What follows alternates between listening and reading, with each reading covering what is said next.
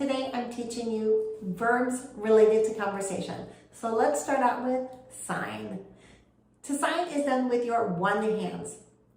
Fingers closed, point your fingers up, and you are going to move them in an alternating way towards yourself. You're also going to notice now that some people do it forward as well. Sign. To sign. This is often used especially by beginners learning to sign. Fluent signer. S hands, palms up. Sometimes people will open and close with both hands, and sometimes they'll just open and close with their dominant hand. Notice that my wrist is slightly popped out when I do this. When a person signs this, it means that they are a fluent signer. There's no learning about it. Sign. To be signing conversationally, I'm doing the same movement, an S to an open thigh, but I'm coming out alternating.